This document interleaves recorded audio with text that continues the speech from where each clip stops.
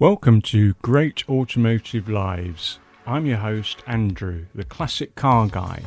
I'm a motoring writer, photographer, and now, inexplicably, in the chilly autumn of my career, a Johnny-come-lately podcaster. This podcast aims to bring to life the stories, histories, intrigue and drama surrounding some of the automotive world's most interesting characters.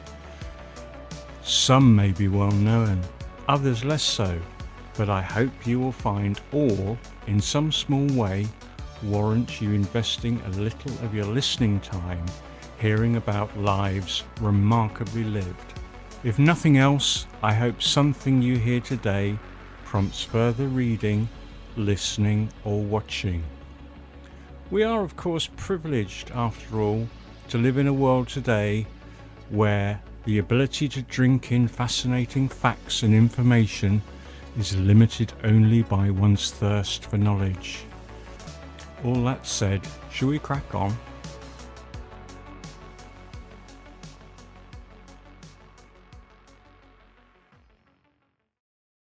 Why the Life of Ivan Hirst.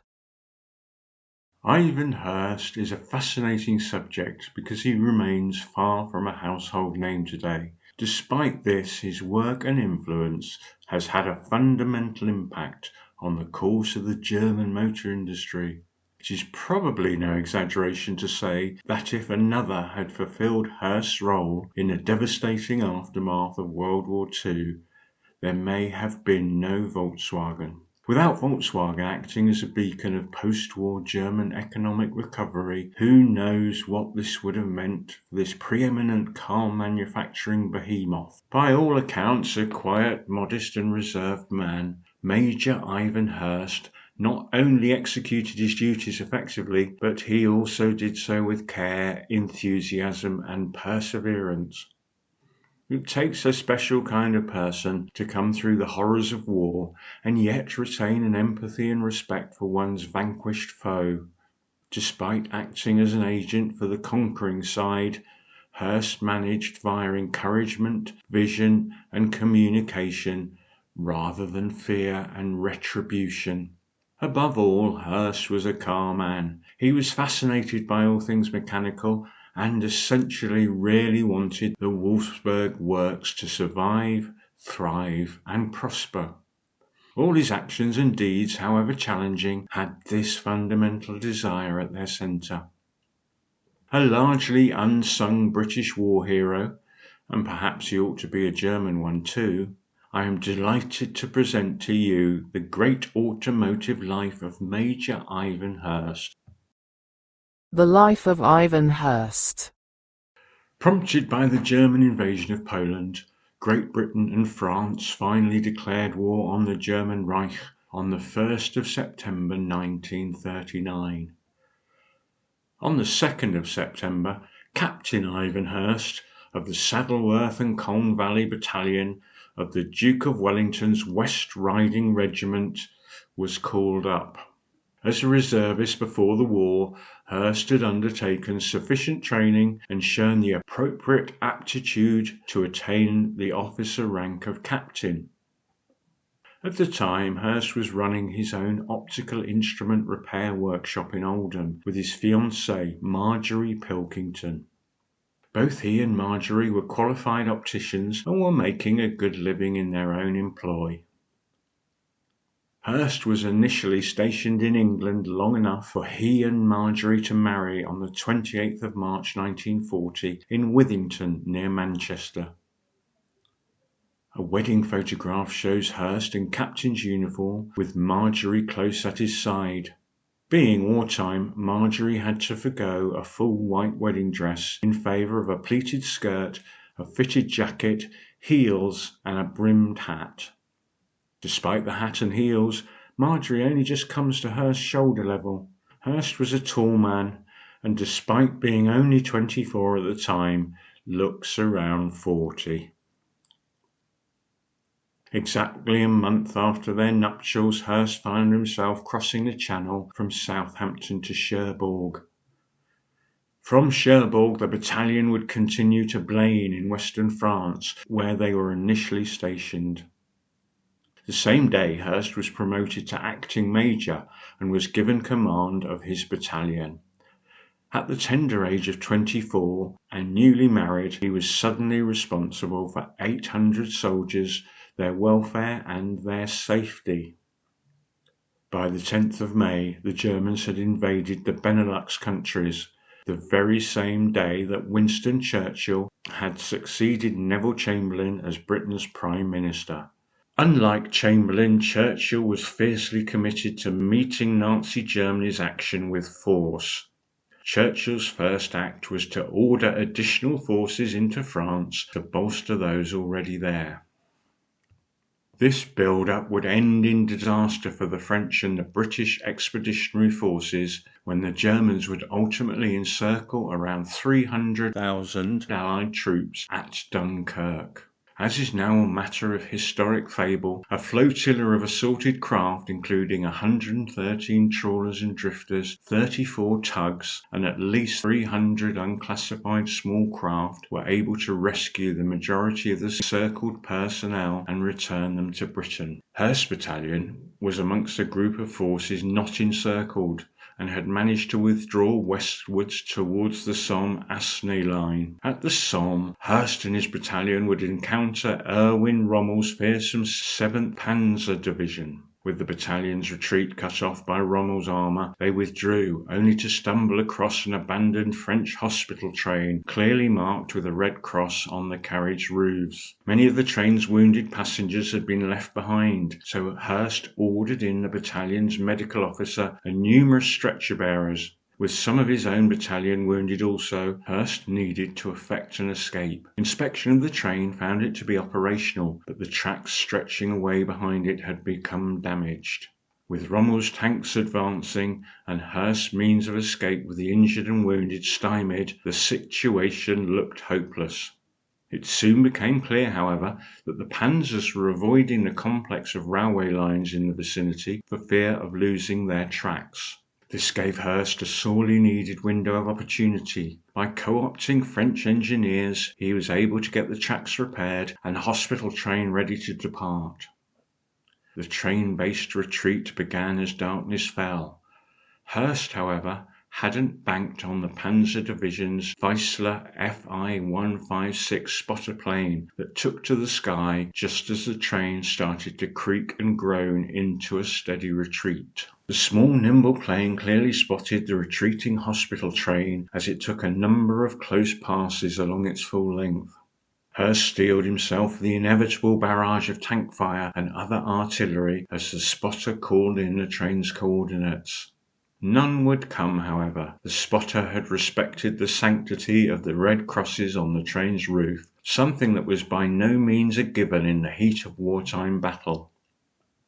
It was this honourable act that would enable Hirst, his battalion, and the accompanying injured personnel to reach the coastal region of northern France and make good their ultimate escape to Britain. This episode inevitably stayed with Hirst and helped inform his lifelong respect for the German people at large. Acknowledging the heinous wrongs committed by the Third Reich, he, despite his war experiences, would have no axe to grind with the Germans at large.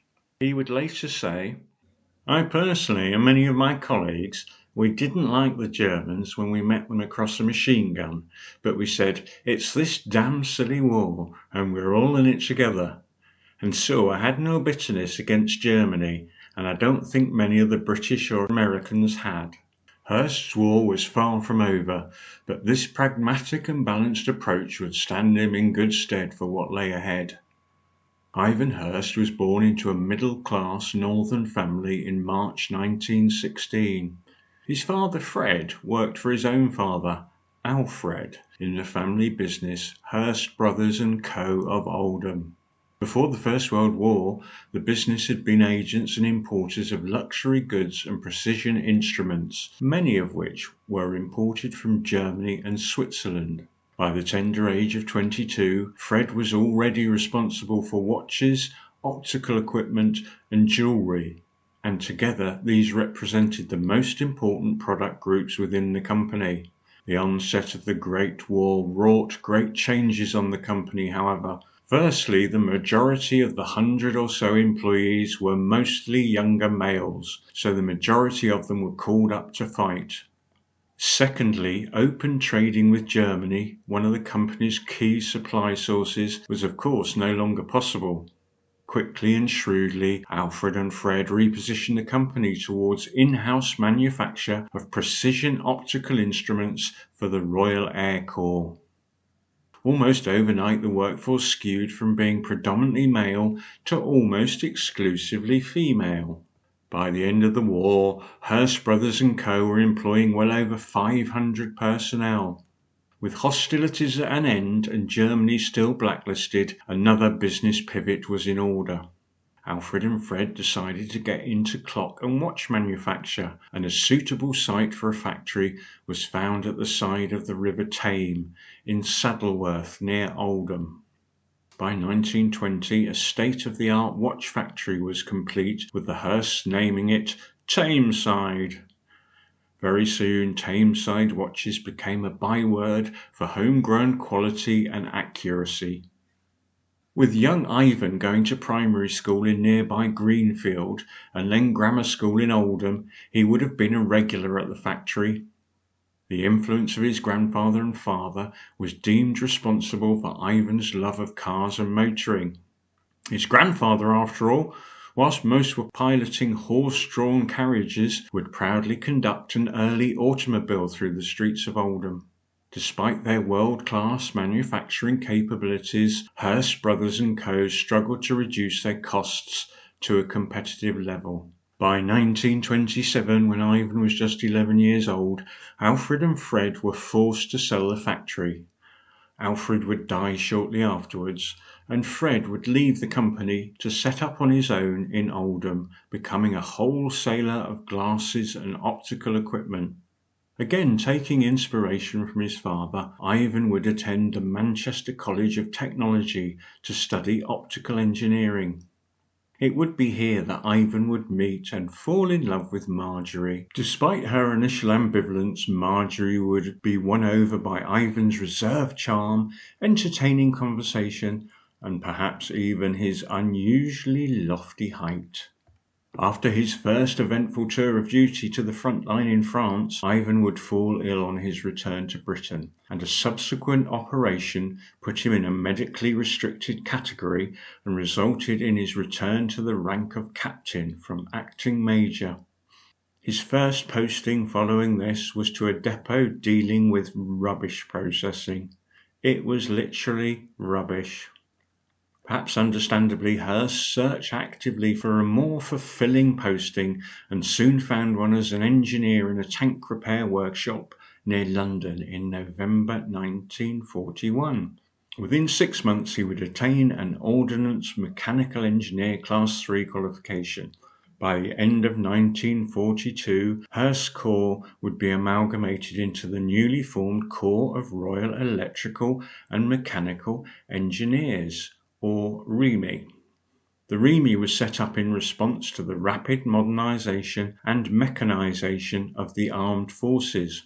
This presented a new set of challenges, with the in-field repair and maintenance of Britain's fighting equipment becoming critical to combat success.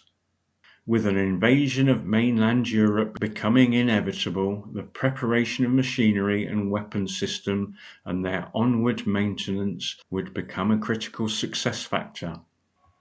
In June 1943, Ivan Hirst was assigned to the 22nd Advanced Base Workshop, a central point for tank maintenance work. Hirst was also promoted to Ordnance Mechanical Engineer Class 2 and thus returned to his earlier rank as temporary major. REME preparations for the upcoming Operation Overlord would include the extensive waterproofing and lightening of all invasion vehicles and equipment. As many as 36,000 personnel, including Hirst, would be involved with this critical and monumental task.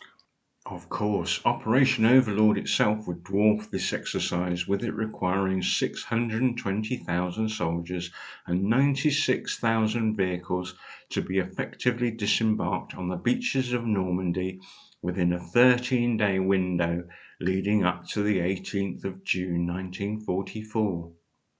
The REME were tasked with rescuing any stranded vehicles and ensuring that no disembarkment backlogs formed.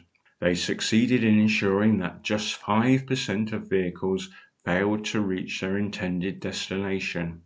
Hirst would later recall his less than dignified return to the French theatre. "I didn't have a gallant landing at the invasion. My driver stalled the vehicle and we had to get out and push it up the beach." Hirst was returning to France as second in command of the 22nd REME Advanced Base Workshop. In most cases, Operation Overlord was a bit of a rout. The Allies' success presented its own problems, however. With advances of as much as 300 kilometres being covered on some days, the REME had no choice but to leave broken down tanks behind, which was considered suboptimal. The answer was to set up a central depot for tanks and artillery repair and refurbishment. A mining equipment factory was identified in Lot, southwest of Brussels, which had just been vacated by the retreating Germans. The heavy machinery there was in good order, and the factory featured 10-ton cranes and its own railway connection, perfect for tank repair purposes. Hirst was sent ahead to explain the evolving situation to the workforce. In short order, Hirst and his men had created a functioning tank repair facility. After fault diagnosis, tanks would progress to one of 3 repair lines, where they were repaired, refurbished, and even repainted. Within around 4 weeks of Hirst's team arriving in Lot, the depot had achieved a simultaneous capacity for up to 100 tanks, with around 25 being completed each week. Hirst's main challenge was one of staffing, however. His workdays were dominated with negotiating with Flemish and Belgian workforces, ensuring sufficient accommodation was available for them, and devising rotas to ensure sufficient overseeing British experts were always on hand. Interestingly, and quite helpfully, much of what Hirst was now dealing with was entirely relevant to a modern car factory, including forging, welding, specialist machine tool shops, sheet metal and paint shops, electrical and textile workshops. How fortuitous! On the 11th of April 1945, American tanks rolled into Wolfsburg, the home of the Kraft durch Freude, or Strength Through Joy car, so emblematic of the Nazi ideology. The factory was immediately pressed into service, repairing Allied vehicles and machinery. Given that the factory still housed extensive stocks of Kübelwagen components, the German Jeep equivalent, the US forces directed the German workers to build and complete as many of the tub-like vehicles as possible. These were doled out for use by the occupying forces. Hirst at this stage was still in Belgium, but was soon encouraged to apply for a mystery role in Germany. The Germans had now officially surrendered, and the Allies were now focused on minimizing the costs of the occupation and stabilizing the devastated post-war infrastructure. Hirst was attracted by the generous pay package, and he and Marjorie were childless, so were free to pursue tempting opportunities as they arose. In his own words, Hirst said, "I went back to Brussels, borrowed a truck and put my kit on the truck and borrowed a driver, and we went to Germany." In Hanover he stopped to receive his orders, which amounted to "Go to Wolfsburg and take charge of the big ex-Nazi factory there." Being a car man, Hirst knew all about the Nazi Volkswagen project. Whilst at his REME workshop in Normandy, he even disassembled a captured Kübelwagen to see what made it tick. He later remembered being impressed by the diminutive wagon. On arriving at the Wolfsburg factory in 1945, Hirst was immediately struck by the foul smell. Poor! It was a hot, late summer day, and numerous Allied air raids had damaged the drains and put the numerous factory toilets out of action. Hirst could find very few people working at the plant, with large parts of it seeming derelict. Originally designed as a town to accommodate 100,000 citizens, Wolfsburg contained around 25,000 at that time, and around 9,000 of these were former forced labourers and displaced persons. Hirst was struck by the wide range of different languages he would daily hear. He was also puzzled by the bright red skirts that most of the German women seemed to be wearing. Upon asking, he learned that they were made out of Nazi flags and regalia, with the swastikas removed. With Hirst soon finding accommodation in a small flat in the factory's guest house, he was introduced to the man the Americans had promoted to plant manager on their arrival. Rudolf Bormann had previously been in charge of the factory's quality control and was one of the few managers who hadn't abandoned the plant. Despite the Allies erring towards dismantling the factory and divesting the equipment, Bormann was an advocate for continuing vehicle production. He and colleagues had worked incredibly hard at the factory, and he was extremely reluctant to see it all squandered. Despite the Allies' best efforts, an estimated 2,000 bombs had been dropped on Wolfsburg. Only 8% of the factory machinery and 30% of its buildings had been damaged. In fact, Wolfsburg was the only car factory in Germany at the time which was even partially operational. There was a glimmer of hope, it seemed. The factory's future was essentially in the hands of a 29-year-old English major who could barely speak German, and no one yet knew if he was up to the job or capable of making the right decisions. Initially, the best compromise that Hirst could offer Bormann was to crack on with some low-level Kübelwagen production. Unbeknown to the Germans, they had a useful and powerful ally in a slightly more senior British officer too. Colonel Michael McAvoy was responsible for all REME activities throughout the British zone in occupied territories. Before Hirst's arrival, McAvoy had given orders for the REME workshop to be set up within a Wolfsburg factory. What's more, McAvoy had worked in Germany before the war, building racing cars with Mercedes-Benz, and had seen the KDF car in Berlin at the International Automotive Exhibition of 1939. He not only remembered the bug-shaped car, he loved it and deeply admired its design and ethos. With the REME struggling to keep what few vehicles were available in the zone running and active, McAvoy realised that sourcing new vehicles would soon become critical. McAvoy would soon question why a functional car factory was slated for destruction, while the British Army and the military government were in dire need of additional vehicles. McAvoy didn't have to fight very hard to get Hirst on side, who was already excited about the prospect of restarting civilian car production at Wolfsburg. To help progress the plan and achieve the appropriate buy-in, Hirst was soon trawling the factory to find the best preserved example of the KDF car that he could. A suitable candidate was identified, painted in drab olive green, and sent up to British headquarters in Bad Oeynhausen, where McAvoy was standing by to demonstrate the car to the powers that be. It was an easy sell, to be fair.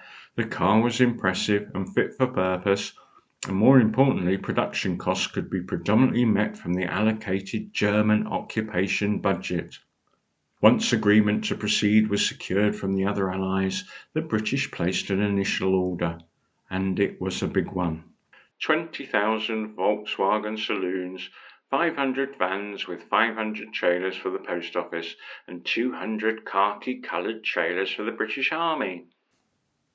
The Allies requested receipt of these vehicles by July 1946. Just as Hirst was reeling from the prospect of producing such a substantial order from a still highly dysfunctional factory, he received the news that the order had been doubled to 40,000 Volkswagens. The challenges for Hirst were enormous. Wolfsburg still had no real workforce to speak of. Most previous employees were still held as prisoners, and the previous forced labourers who were present were understandably grievance-ridden. What's more, there were still many on the Allied side who were eager to dismantle or even destroy factory machinery and facilities. Hirst still possessed a key asset, however, the optimism of youth, as he was still only in his late 20s. Even Hirst's irrepressible optimism must have taken a hit, however, when Lord Rootes paid a visit to Wolfsburg in 1945. Sir William Rootes was the founder and head of the extensive Rootes Group. The Rootes Group then included a number of key British car manufacturers, including Humber, Hillman, Talbot and Sunbeam. After Hirst showed Rootes around the factory, he is reported to have said, "If you think you'll ever get cars built here, you're a bloody fool, young man." Rootes would also chair a commission that inspected the Volkswagen saloon with a view to taking over production. The commission would report that the innovative saloon would be quite unattractive to the average motor car buyer. It's too ugly and noisy, and that to build the car commercially would be a completely uneconomic enterprise. Despite all this, Hirst pressed on undeterred. He started organising the recommissioning of the plant. The toilets and plumbing plant were repaired and put back into service, and the numerous huge bomb craters were filled in and winter cereals were planted. These would not only help feed the slowly growing workforce, but was also an emblematic act. As Hirst would say, it was mainly to show that the war was over. At around this time, the growing importance of the Wolfsburg facility led to it being placed directly under the control of the Mechanical Engineering Branch Industry Division in Minden, commanded by Colonel Charles R. Radcliffe. Hirst and Radcliffe developed a good mutual understanding, and the benefits of this improved chain of command soon became evident. In post-war Germany, raw materials were in vanishingly short supply and often subject to strict rationing. The steel, which was critical, obviously, for car production, could only be supplied in exchange for pronunciation warning, Eisenscheine, effectively ration coupons for iron and steel. During this period, it was practically impossible to get hold of this vital piece of paper. Major Hirst, however, just needed to travel directly to the Minden headquarters to collect the Eisenschein, merely as a gesture really, to come back to Wolfsburg holding a piece of paper to say we've got another month's production. He would also note that in actual day-to-day working, Minden were very helpful because they applied pressure where necessary in other areas. Another of Hirst's great qualities was his ingenuity. One such product of this ingenuity would give rise to a Volkswagen with an enduring popularity that almost rivals that of the Beetle. One of the factory's many early challenges was the need for transportation of parts and components around the sprawling factory estate. Initially, Hirst borrowed a batch of petrol forklift trucks from the British Army. Very shortly after their arrival, however, the Army recommandeered them without explanation. Factory manager Bormann was distraught and doom-mongering about the death of production. Hirst was insistent, however, that something could be done. They were a car factory after all. Hirst recalls, "So I said, we'll take a Kugelwagen or a Kaffeechassis, put a flat board at one end, put a driver's seat over the engine, and put a steering wheel there, and that became the Plattenwagen that was used in the factory until quite recently." In 1947, businessman and Volkswagen's Dutch and first foreign distributor, Ben Pon, saw the Plattenwagens trundling about the factory. Urban legend has it that Pon used the Plattenwagen as an inspiration for a small Volkswagen commercial vehicle. As early as 1949, Volkswagen greenlit its production, with it appearing as the Type 2 or Transporter in panel van and bus form in 1950. Pon is widely credited for the creation of the Type 2. Without Hirst's Plattenwagen, however, The Type 2 and all its successors may have never happened.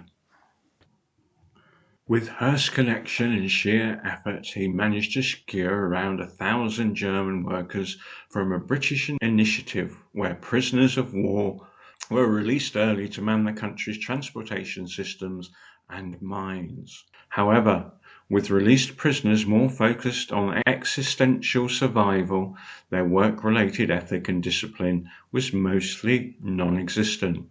Many, not originally from the area, just moved away, and others were just routinely absent from work without notice or explanation. As a result, in November 1945, Hirst was applying for a further 2,550 workers from the Labour office in Wolfsburg, just to keep production trickling forward. In order to keep its workers in the plant, Hirst had to tackle two fundamentally linked issues: food and housing. These were problems that were not fully solved for many years, with Hirst initially having to juggle terribly scarce resources in the best way that he could. These worker-centric efforts and his straightforward and approachable nature soon endeared Hirst to his workforce, despite any lingering partisan resentments or differences in ideology. After only around 6 months at the plant, Hirst turned 30 years old. His German staff presented him with a certificate which read, "For our energetic British officer Major Hirst, the rebuilder of the Volkswagen factory, on his birthday with the very best wishes."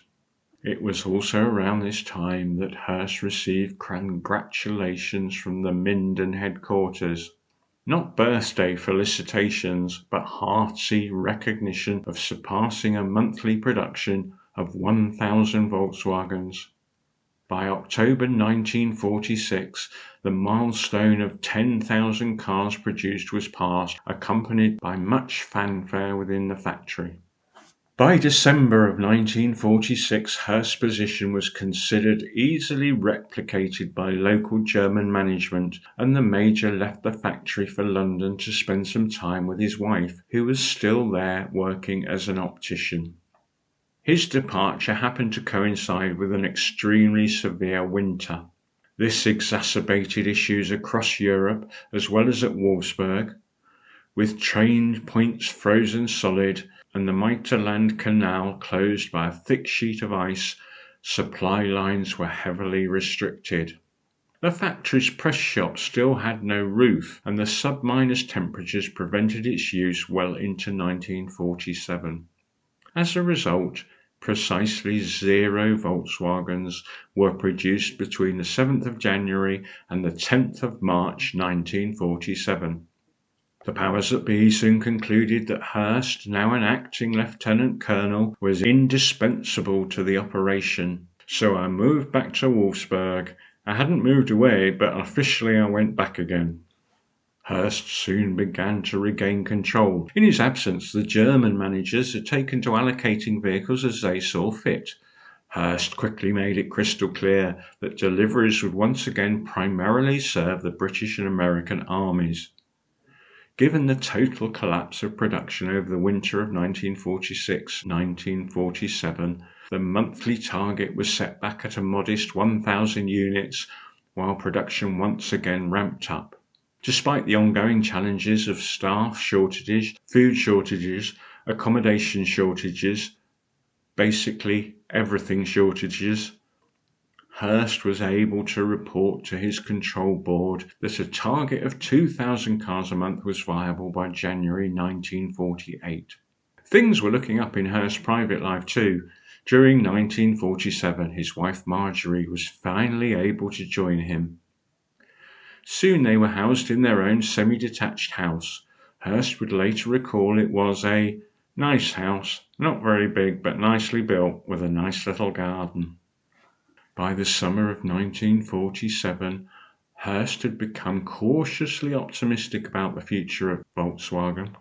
US Foreign Secretary George C. Marshall had just announced his eponymously named recovery plan for Europe. It was clear by now that the Allies wanted more German involvement in their own industries. Within this context, the ever-present threat of dismantlement finally receded. For the first time during 1947, thoughts turned to the possibility of actually exporting Volkswagens. The will was strong, but there were a couple of obstacles that still needed jumping first. The quality of the product needed to improve, and production needed to reach levels that would satisfy Allied demand and produce a surplus of vehicles to sell abroad. Quickly, Hirst differentiated standards for export cars. These cars would benefit from deluxe class furnishings, better paintwork, more comfortable upholstery, and they were available in a broader range of colours. The bumpers and wheel caps were finished in chrome. At around this time, Hirst's obsessive attention to detail and dizzyingly high standards came to the fore. No longer were the little saloon cars being allocated to military uses as just a way of getting around occupied territories. The prospect of civilians choosing to spend their own money on a Volkswagen over other available offerings proved sobering for Hirst. The first opportunity to show the Volkswagen saloon to the wider world was at the Industrial Exhibition in Hanover in August 1947. Hirst didn't leave anything to chance. Hirst's instructions to his team were clear and copious. The cars must already be driven in before delivery. Each car must have clocked up at least 1,000 kilometres and then be decarbonised, etc. The bodywork must be of a high standard, not too glossy, but in the same way as the better cars on site. Chrome headlights, bumpers and wheel caps are required. Seat covers should be of a higher quality, made out of the same material used for the new chauffeur uniforms. The first international test for the Volkswagen was at the 1947 Paris Motor Show in October. Hirst was nervous about the car's reception, given the bitter hostilities of just 2 years earlier. He need not have worried. The robust and utilitarian style of the car chimed with the wider European post-war mood. During that same month, the first 5 Volkswagens were exported to the Netherlands. An agreement had been reached with the Pon brothers. Remember young Ben Pon from earlier? In August of that year, but Hirst had put it on hold. It had come to his attention that the Dutch customer service workshops lacked the full range of tools required to service the cars properly. Hirst was insistent that everything was fully in place before the cars would finally be dispatched to the Pon brothers showroom. As the Wolfsburg factory continued to find its post-war feet, Hirst turned his mind towards succession planning and fully moving the factory into German control. The German general manager at this point was Dr. Hermann Munch. Hirst was less than satisfied with Munch, who lacked technical knowledge or many other useful attributes, frankly. Hirst decided to find a technical head to take this burden from Munch's shoulders. Whilst expanding the Volkswagen customer service operation, Hirst came into contact with one Heinrich Nordhoff.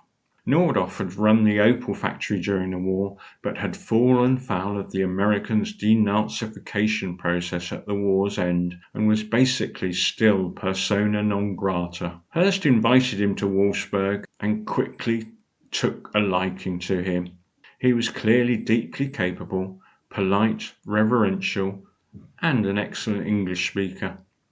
When Nordhoff was presented to Colonel Radcliffe at Minden, he was mightily impressed too.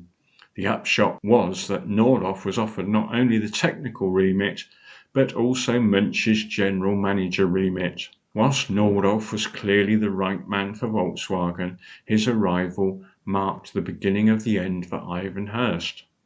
Radcliffe had clearly directed Nordhoff to work with Hirst in the closest cooperation. Nordhoff, however, had no intention of deferring any authority to an English military man 17 years his junior. Within no time it became apparent that Nordhoff did not need Hirst's help or oversight, so Hirst set about putting a full management board in place akin to a normal industrial business. With all the pieces of the jigsaw falling into place, it became clear that Hirst was no longer needed at Wolfsburg. Hirst officially left the plant in April 1949. The Wolfsburg operation was finally signed over to the West German Minister for Trade and Commerce in October. To mark Hirst's and Radcliffe's part in the developing Volkswagen story, they were both presented with large 1/10 scale and highly detailed Beetle models produced in steel and made by Koch in Cologne. 3 were made, with the third going to Nordhoff. In a telling development, Nordhoff's letter of thanks to Hirst was very formal and businesslike. In contrast, his letter to Colonel Radcliffe was warm, personal, and ebullient. While still at Wolfsburg, Hirst had been offered an attractive and well-paid role by Ford to be based at Dagenham. On meeting the man he'd been working for, however, he took an immediate dislike to him. Hirst was a staunch people person, so this development put the role out of the question for him, a decision he would later confess to regretting. Following this missed opportunity, Hirst would never work in the automotive industry again. In many ways, his time at Wolfsburg had represented the apogee of his career. Whilst he continued to work after Wolfsburg, the roles were somewhat dry and bureaucratic by comparison. Certainly during this time, Heinrich Nordhoff seemed to do his utmost to diminish Hirst's role in the resurrection of Wolfsburg and Volkswagen. In 1954, Nordhoff made a speech in Zurich in which he said, "On January 1st, 1948, 6 months before the currency reform, I took on the management of the Volkswagen works. I was faced with a desolate heap of rubble, a horde of desperate people, the torsos of a deserted town, an amorphous mass which had never had any organizing principle, no factory organization in a real sense, without a program of any rational work organization. So something new had to be created, because there was nothing there and had never been anything to build on at all." Hirst saw it differently. In later life he was asked how Nordhoff had managed to turn Volkswagen into the economic miracle it was to become. Hirst would reply, "Yes, that is as it is seen by the world perhaps. I think you could have put anybody in there, even a monkey, and it would have been a success. There was a huge factory, a labour force, a building, a good management already in place, a car that would sell, huge demand all over the world for light cars, and it could not fail. Even if you put the biggest fool you could find in charge, it would have still worked." I say anybody, but I mean anybody with a reasonable management skill and entrepreneurial sense. After a lengthy spell with the Organisation for European Economic Cooperation in Paris, Hirst finally retired in 1975. He would return to live in Marsden in West Yorkshire with Marjorie. Hirst enjoyed a long retirement. Towards the end of his life, the active erasing of his role in the Volkswagen story, not least by Nordhoff, diminished. As such, his story was more often recounted, and Hirst was active, making many speeches to Volkswagen groups across the world. His beloved wife Marjorie died in 1992. Hirst would live another 8 years on his own, finally passing away in March 2000 at the age of 84. He was laid to rest in the graveyard of St Thomas Church, Fraymere, near Oldham. Marjorie and Ivan would have no children. Ivan Hirst in summary. Sadly, it seems clear that poor Ivan Hirst was effectively cancelled by his successor at Wolfsburg, Heinrich Nordhoff. Nordhoff perhaps remained bitter over his initial treatment at the hands of the Allies and the blunt instrument that was their denazification process. Perhaps it was that Nordhoff felt that he should rewrite Volkswagen history to exclude the pivotal role played by a young British military officer. Whatever the reason, today it's hard to discount Ivan Hirst's role in Volkswagen, ultimately rising phoenix-like from the ashes of the Second World War. It could have easily been so different if the mystery job in Germany had been given to someone else, someone less measured, less forgiving, or less balanced. Next time you see a Volkswagen Beetle or Transporter, then spare a thought for the tall, distinguished Major Ivan Hirst, for his is a war story with few equals. I am also left in no doubt that his is most certainly a great automotive life. In the Footsteps of Ivan Hirst. Given Hirst's slightly obscure legacy, there isn't too much still available to inspire road trips and physical journeys of discovery, sadly. Not much, but some. As mentioned above, Ivan Hirst was laid to rest at St. Thomas's Church in Friarmere. There is a small plaque in the graveyard here in memory of the Major, and it's the obvious place to start a Hirst-inspired pilgrimage. Ivan Hirst's 1/10 scale Volkswagen Beetle can be found at the REME Museum. The REME Museum is located at MOD Lynham, the former RAF Lynham site near Chippenham in Wiltshire. It sits just outside the camp with full public access and its own large car park, and more importantly perhaps, a rather nice cafe. With Hirst's role in the REME so prominent, this great museum is an excellent place to continue your journey. If you need to stretch the legs of your Kugelwagen more emphatically, then there is always the pronunciation warning. Stiftung Automuseum Volkswagen in Wolfsburg. This is a 5,000 square metre museum featuring over 130 Volkswagen cars and inevitably covering the history of the plant, the marque and the area. So far I've been unable to establish exactly how much Hirst material is on display. Who knows if old Nordoff got in there and got rid of most of it. So if you happen to know, please drop me a line. An email address is included within the show notes. So there's a slack handful of ideas for you to help inspire a Hirst-related sojourn. I'd be delighted to learn of any other potential stops on a Hirst journey, so please let me know. Meanwhile, happy motoring! I truly hope you found today's great automotive life interesting, inspiring, or at the very least a useful jumping off point for your own onward journey of discovery.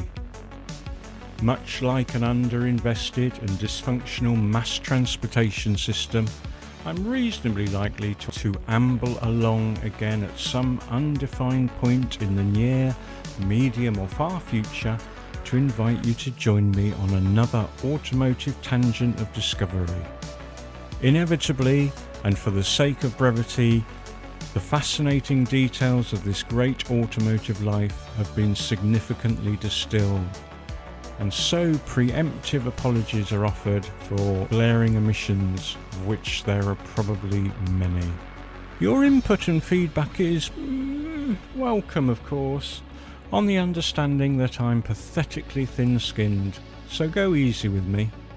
A contact email address is trepidatiously provided in the accompanying show notes. Until then, please tell many others if you enjoyed this podcast, and even perhaps leave the 21st century's equivalent of a thumbs up at the Colosseum in the form of a warm and fluffy review. It not only helps me avoid becoming moodier and more irascible, but also helps others find the podcast and generally makes the world a tiny bit nicer for a vanishingly small number of people. If you hated it, tell no one. Until next time, dear listener,